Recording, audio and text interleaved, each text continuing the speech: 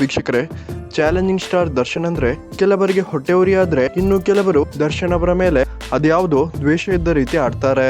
ದರ್ಶನ್ ಬೇರೆ ನಟರಿಗಿಂತ ಹೋರಾಟ ಅನ್ನುವ ಒಂದೇ ಒಂದು ಕಾರಣಕ್ಕಾಗಿ ದರ್ಶನ್ ಅವರನ್ನ ದ್ವೇಷಿಸುವ ಅದೆಷ್ಟೋ ಜನರನ್ನ ನಾವು ನೋಡ್ತಿದ್ರೆ ಅದಕ್ಕಿಂತ 10 ಪಟ್ಟು ದರ್ಶನ್ ಅವರನ್ನ ಪ್ರೀತಿಸುವ ಜನರನ್ನ ಕೂಡ ನಾವು ನೋಡ್ತಿದ್ದೇವೆ. ರೇಣುಕಾಸ್ವಾಮಿ ಕೊಲೆ ಕೇಸ್ ಒಂದೇ ಒಂದನ್ನ ಇಟ್ಕೊಂಡು ದರ್ಶನ್ ಅವರಿಗೆ ಗೇಲಿ ಮಾಡುತ್ತಿರುವ ಅದೆಷ್ಟೋ ಜನರನ್ನ ಸಾಮಾಜಿಕ ತಾಣಗಳಲ್ಲಿ ನಾವೆಲ್ಲರೂ ಕೂಡ ನೋಡ್ಬೋದು. ಆದ್ರೆ ಅವ್ರು ಯಾರಿಗೂ ದರ್ಶನ್ ಅವರು ಮಾಡುವ ಒಳ್ಳೆಯ ಕೆಲಸಗಳು ಕಾಣಲ್ಲ. ವೀಕ್ಷಕರೇ, ಇತ್ತೀಚೆಗಷ್ಟೇ ನಟ ಡಿ ಬಾಸ್ ದರ್ಶನ್ ಅವರು ಕಣ್ಣು ಕಾಣದ ಈ ಅಂಧ ಮಕ್ಕಳ ಶಿಕ್ಷಣಕ್ಕಾಗಿ ಬೆಳಕು ಅನ್ನುವ ಆಶ್ರಮಕ್ಕೆ 5 ಲಕ್ಷ ರೂಪಾಯಿ ಹಣವನ್ನ ಕೊಟ್ಟಿದ್ದು ಈ ಬಗ್ಗೆ ಯಾರು ಕೂಡ ಮಾತಾಡ್ತಿಲ್ಲ.